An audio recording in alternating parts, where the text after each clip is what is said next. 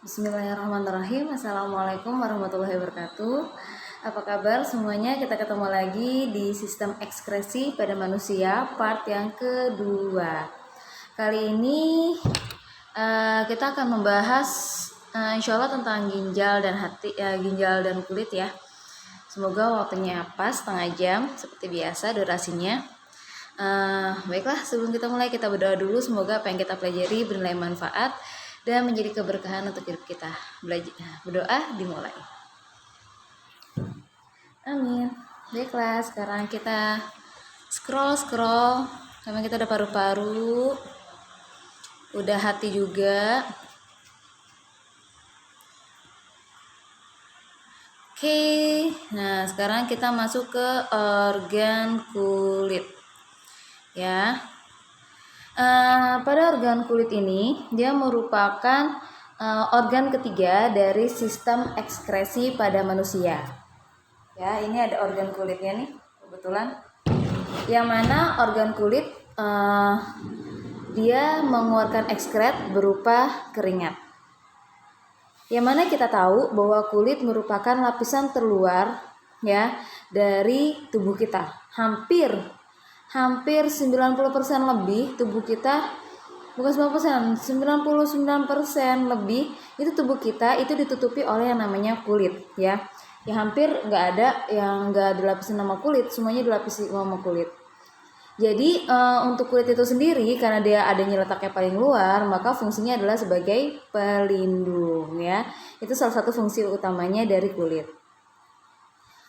Selain itu kulit juga dia berfungsi sebagai pencegah masuknya kuman-kuman penyakit ya. Kemudian dia mengatur suhu tubuh kita biar kita kalau misalnya suhu di luar sangat dingin, nah kita nggak langsung tuh hipotermia, kita nggak langsung kedinginan gitu kan.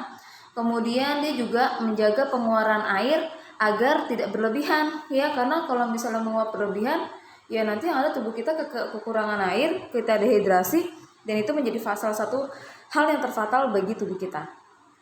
Karena dehidrasi aja bisa menyebabkan kematian. Nah, kemudian tempat penyerapan dari vitamin E ya.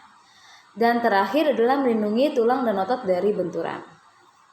Nah, itulah beberapa fungsi kulit utamanya ya, tapi dalam sistem ekskresi utamanya kulit ini merupakan salah satu organ pengeluaran yang mengeluarkan keringat, karena keringat ini berupa racun. Jadi kalau misalnya kalian keringetan, nah itu artinya sehat ya. Jadi kalau udah keringetan ya udah biarin aja dulu ya, biar keluar racun-racunnya dari dalam tubuh kita. Nah di sini kalau ditanya apa sih kandungan dari keringat? Kandungan dari keringat itu hampir sama dengan kandungan dari urin, yaitu ada air, ada garam mineral, kemudian ada ureanya ya.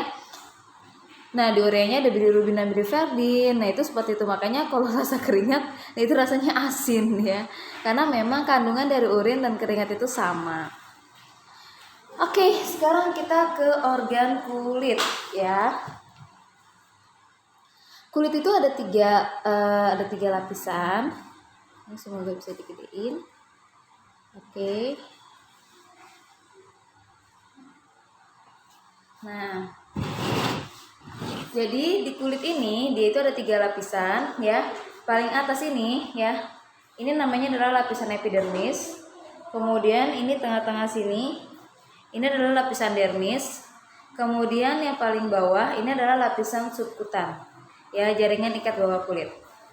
Ya, kalau yang paling luar itu namanya epidermis, di paling atas epidermis. Jadi kalau misalnya kalian nyentuh kulit kalian, nah paling luar itu namanya adalah lapisan epidermis ya, atau kulit ari. Kalau dermis itu isinya organ-organ vital ya, organ-organ penting. Kayak ada pembuluh darah, kemudian ada kelenjar-kelenjar. Nah, atau disebutnya juga lapisan kulit hangat. Sedangkan kalau misalnya lapisan bawahnya ya, ini yang kuning-kuning. Nah, ini adalah lapisan lemak ya, atau jaringan ikat bawah kulit ya, isinya lemak-lemak. Jadi kalau kita makan, nah itu ada kandungan lemaknya nggak diubah semuanya menjadi energi ya. Nah itu tersimpan di bawah kulit. Makanya kalau orang yang gemuk dia kulit itu biasanya lebih tebal ya, lebih gembul gitu. Ya karena memang isinya lemak. Kemudian kalau orang yang mau sedot lemak ya di kulit gitu, karena memang kulit itu yang isinya ada lemak-lemaknya. Coba aja kalau misalnya kalau kalian bersihin ayam, ya di bawah kulitnya itu kayak ada lapisan putih-putihnya itu, nah itu lemaknya. Ya, karena memang lapisan lemak itu adanya di kulit lapisan ketiga. Jadi kalau ada iklan yang bilang hand body ini akan membantu penyerapan nutrisi sampai ke lapisan kulit ke 100. Ya ini kulit bukannya wafer. Ya kalau wafer iya kali sampai lapisan 100. Kalau misalnya kulit cuma hanya ada 3 lapisan ya, epidermis, dermis sama lapisan lemak. Oke. Nah, sekarang kita masuk ke organ kulit itu sendiri. Di sini untuk yang organ kulit ya, yang pertama itu ada lapisan epidermis atau lapisan kulit ari ya. Di sini ada apa aja sih? Di lapisan epidermis ini, dia yang pertama. Nah, ini kalian bisa lihat sini ya. Nah, nih. Yang pertama itu ada lapisan tanduk ya.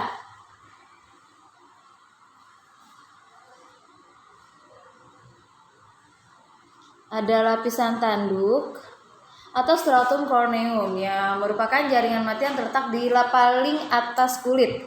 Kalau misalnya kalian lihat lapisan tanduk itu di kulit kalian kayak agak-agak mengkilap gitu tuh. Ya. Nah, itu namanya lapisan tanduk. Nah, di lapisan tanduk itu sendiri dia ini kadang ada apa namanya? Nah, masih ada pori-porinya, lubang pori-porinya nanti buat mengeluarkan keringat. Nah, tapi untuk apa sih ada lapisan tanduk ya? Fungsinya itu adalah untuk mencegah terjadinya penguapan secara berlebihan, dan dia juga untuk melindungi sel-sel yang ada di dalamnya ya, dan juga untuk melindungi dari kuman-kuman penyakit agar tidak mudah masuk ke dalam pori-pori. Karena yang kalian harus tahu ya, larva-larva atau telur-telur cacing aja itu bisa masuk ke dalam pori-pori kulit kita loh. Kalian tahu misalnya cacing yang namanya cacing loa-loa. Cacing loa-loa itu adalah satu cacing parasit yang dia bisa hidup di mata kita. Kok bisa masuk sih? Gimana caranya? Salah satunya adalah melalui pori-pori kulit. Ya, jadi hati-hati kalau misalnya kalian kakinya kotor atau nggak pakai sendal, nggak pakai alas gitu kan, nah itu langsung cuci kaki ya.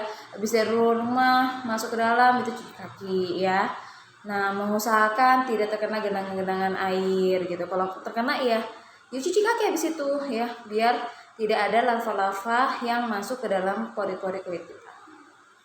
Nah, kemudian ada juga di bawahnya lapisan tanduk itu namanya adalah lapisan granula atau stratum granulosum, yang terdiri atas sel-sel bergranula yang lama-kelamaan akan mati dan kemudian dia terdorong ke atas menjadi bagian lapisan tanduk. Jadi lapisan tanduk ini itu berasal dari lapisan granula ya. Nah, pada lapisan ini dia juga mengandung yang namanya pigmen melanin yang memberikan warna pada kulit dan melindungi kulit dari sengatan sinar matahari ya, khususnya sinar ultraviolet. Yang kalian harus tahu, jadi warna kulit pada orang Indonesia dan orang-orang lain itu berbeda-beda karena memang kita memiliki warna pigmen. Dan kamu nggak boleh ngejudge seseorang itu dari warna kulitnya, nggak boleh. Oh dia cakep, kulitnya putih, dia kulitnya hitam gitu, nggak boleh. Kenapa? Ya kamu harus tahu orang yang kulitnya lebih berwarna, maksudnya kulitnya lebih gelap gitu ya, lebih berwarna untuk maksud coklat gitu kan, lebih berwarna lah ya. Nah, itu umumnya dia jauh lebih sehat dibandingkan orang yang berkulit putih. Kenapa? Karena pigmennya ini bekerja dengan baik. Jadi, nggak boleh ngejudge orang dengan warna kulitnya. Oke.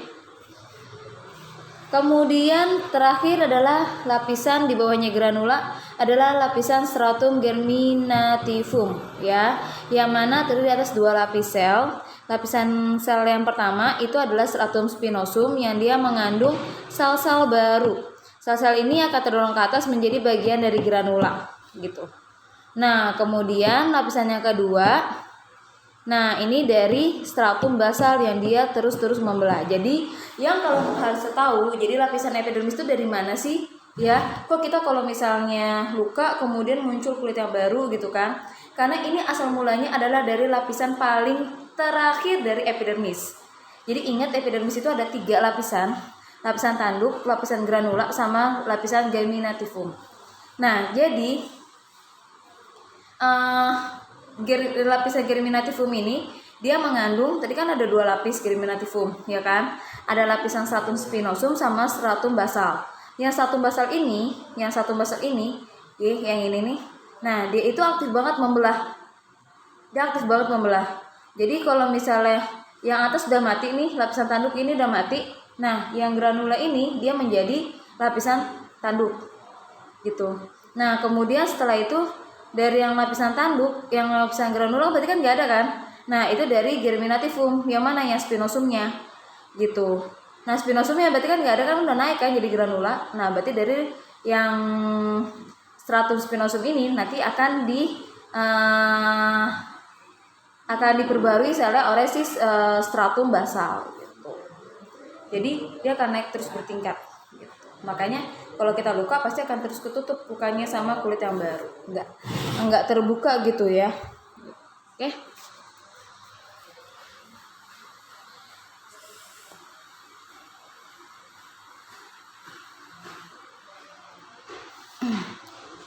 Kemudian kita ke lapisan dermis. Waduh, ini kok langsung gini ya, nggak ada lapisan dermisnya. Nah, di lapisan dermis di sini, ini ada beberapa organ ya. Ada organ, ini kan rambut ya.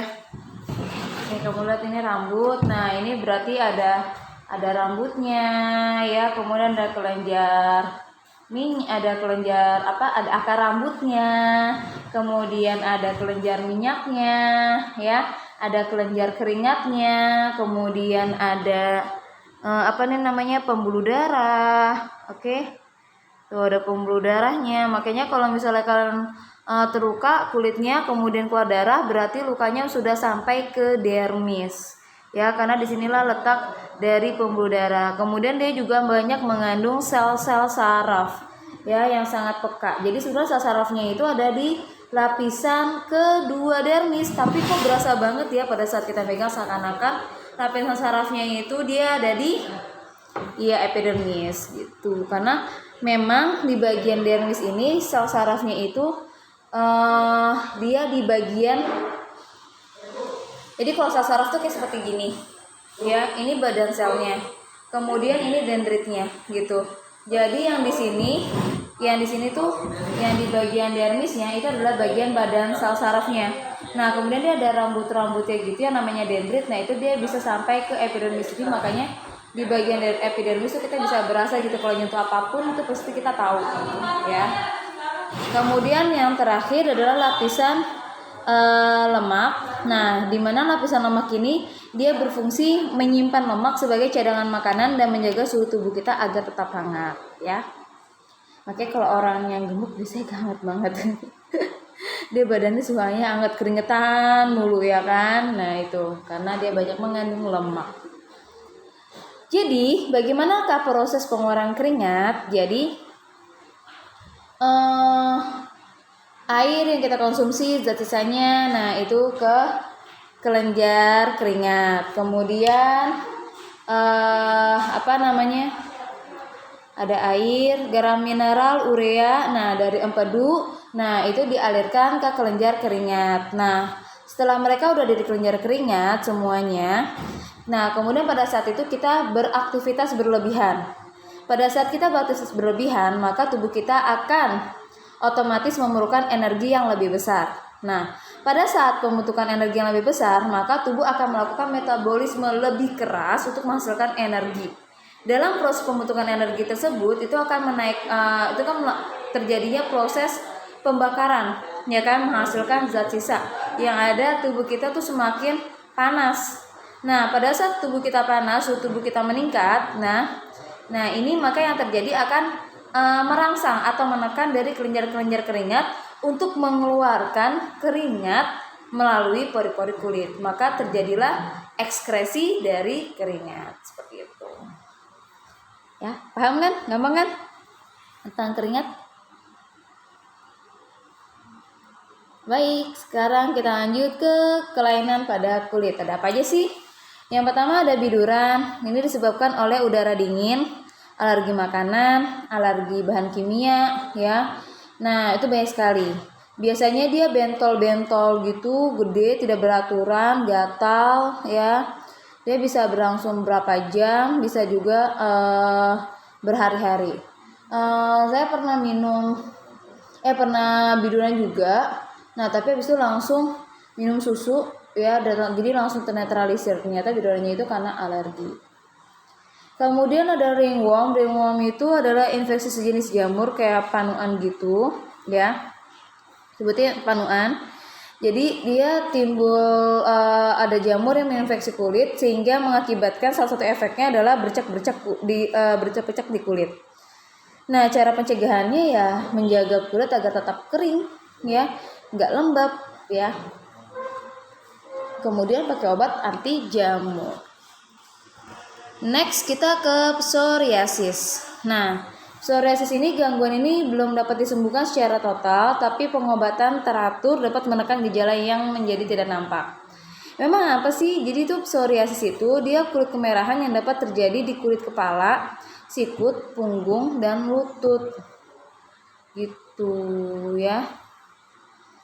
Kemudian ada kanker kulit.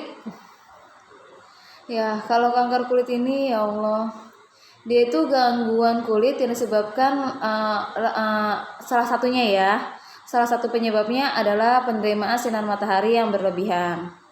Nah, biasanya dia lebih menyerang orang yang berkulit putih atau orang yang berkulit terang. Gitu. Kenapa? Karena orang yang berkulit putih dia lebih sensitif terhadap sinar matahari.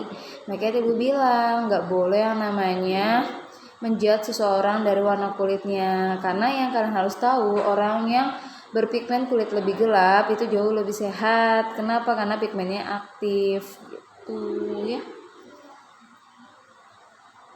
Nah, ini salah satu pencegahannya adalah menggunakan tabir surya, oke? Biar nggak kontak langsung dengan sinar matahari. Oke, baik, selesai materi kita tentang kulit, ya. Baik, sampai di sini dulu. Pak, kita lanjut. Sampai sini dulu ya tentang kulit. Nanti kita lanjut lagi tentang ginjal ya di pembahasan minggu depan. Terima kasih. Alhamdulillahirrahmanirrahim. Wassalamualaikum warahmatullahi wabarakatuh.